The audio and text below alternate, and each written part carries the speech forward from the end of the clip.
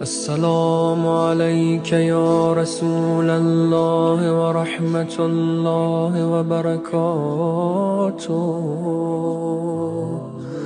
السلام عليك يا محمد بن عبد الله. السلام عليك يا خيرة الله. السلام عليك يا حبيب الله. السلام عليك يا صفوة الله. السلام عليك يا أمين الله. أشهد أنك رسول الله، وأشهد أنك محمد بن عبد الله، وأشهد أنك قد نصحت لأمتك وجاهدت في سبيل ربك وعبدته حتى أتاك اليقين. فجزاك الله يا رسول الله أفضل ما جزى نبيا عن أمته. اللهم صل على محمد وآل محمد أفضل ما صليت على إبراهيم وآل إبراهيم إنك حميد مجيد. Bismillahirrahmanirrahim. Alhamdulillahirabbil alamin. Assalamualaikum warahmatullahi wabarakatuh. Asyhadu an la ilaha illallah wahdahu la syarikalah wa asyhadu anna sayyidina maulana Muhammadan abduhu wa rasuluhu la nabiyya ba'dah.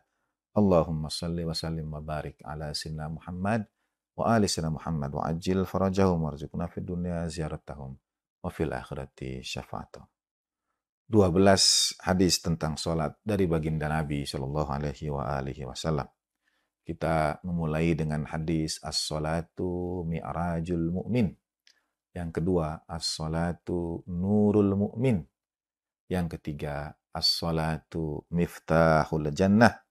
Yang keempat, qurrata aini fis shalah.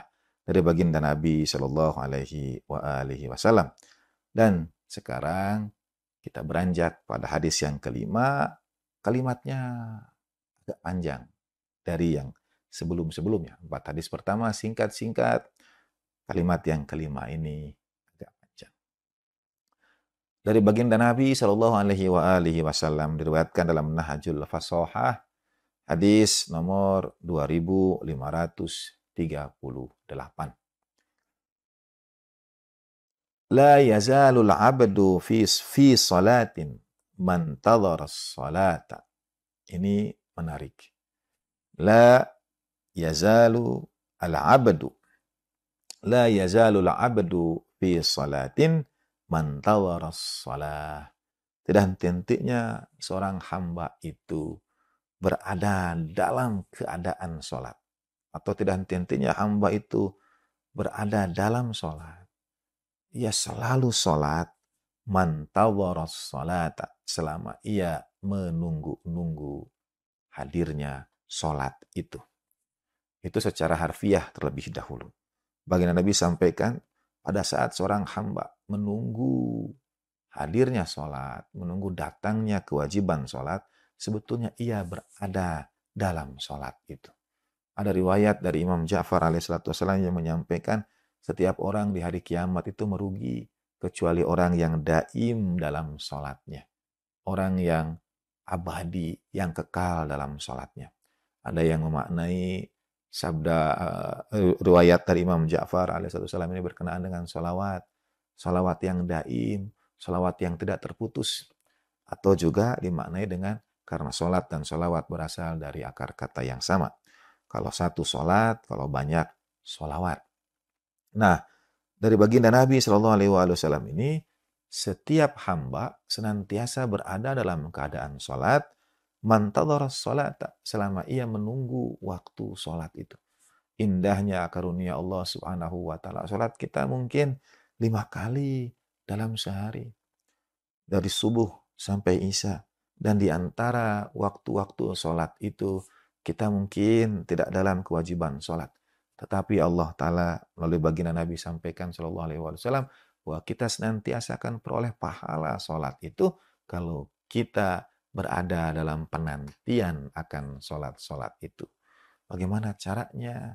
Misalnya dengan memelihara diri kita dalam wudhu, itu persiapan untuk sholat. Dengan menjaga kembali, mungkin menjaga tampilan lahiriah kita bersiap untuk sholat.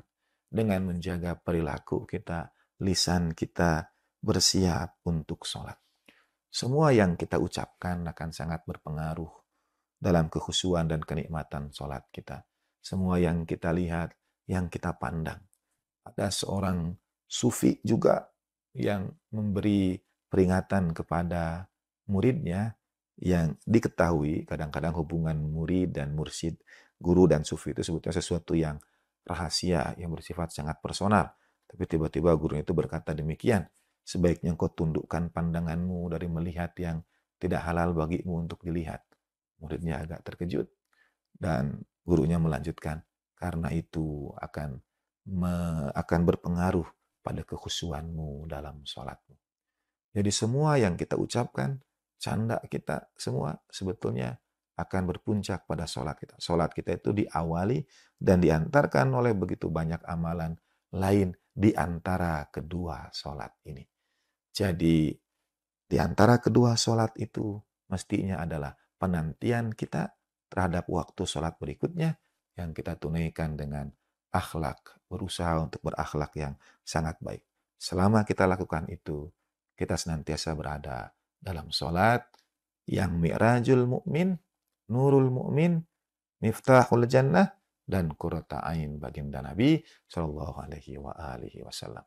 Wa sallallahu ala sayyidina Muhammadin wa alihi tahirin walhamdulillahil alamin wa ma taufiq.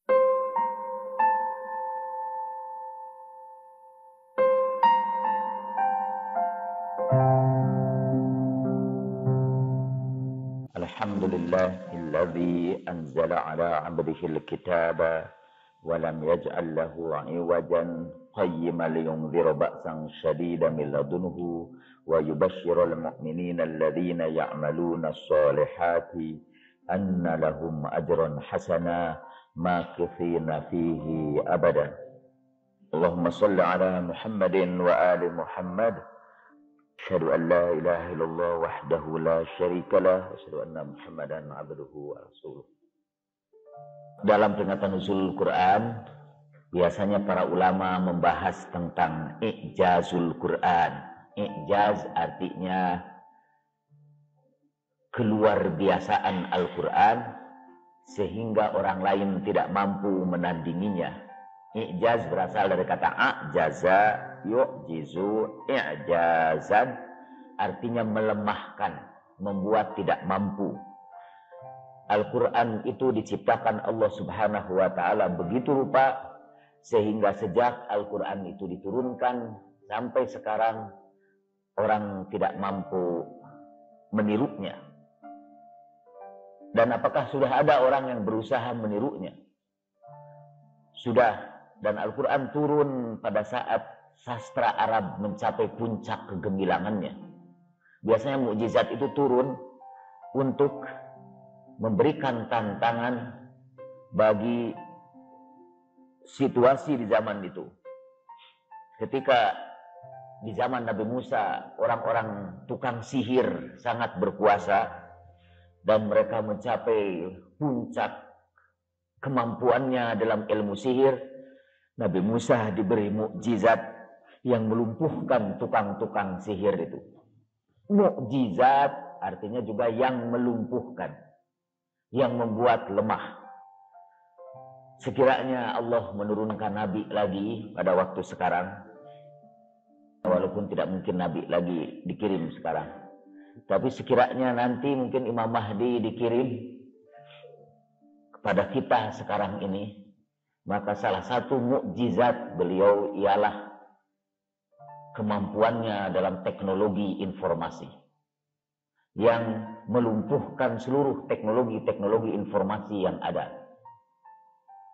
Saya membayangkan mungkin dengan kemampuan teknologi informasi yang sangat tinggi sekarang ini, para pembawa kebenaran akan diberi kemuliaan untuk bukan saja menghacker seluruh sumber informasi, tetapi juga melumpuhkan jaringan-jaringan informasi dan menggantinya dengan satu jaringan dari pembawa kebenaran itu. Itu pula ketika Rasulullah Shallallahu Alaihi Wasallam datang pada satu zaman ketika sastra-sastra Arab mencapai puncak ketinggiannya, ketika para penyair menggantungkan puisi-puisi mereka di Ka'bah, ketika Al-Mutannabi, penyair waktu itu, membuat syair-syair yang dinyanyikan oleh orang-orang Arab jahiliyah waktu itu sampai kepada orang-orang Arab modern sekarang ini. Rasulullah Shallallahu Alaihi Wasallam datang dengan Al-Quran. Al-Quran datang dengan satu bahasa yang melumpuhkan seluruh penyair yang ada di zaman itu. Saya sebutkan ada orang yang berusaha untuk menandingi kehebatan Al-Quran, tapi mereka gagal. Di zaman Nabi pernah muncul juga nabi palsu, namanya Musailamah Al-Kadzab, Musailamah sang pendusta. Dia berusaha juga menandingi Al-Quran. Dan dia menyampaikan katanya wahyu yang ia terima, yang meniru-niru gaya Al-Quran. Saya ingin berikan contoh wahyu dia yang turun kepadanya. Karena di dalam Al-Quran ada ayat, Alam taro kaifa fa'ala rabbuka bi ashabil fil. Lalu dia juga menulis sebuah surat juga.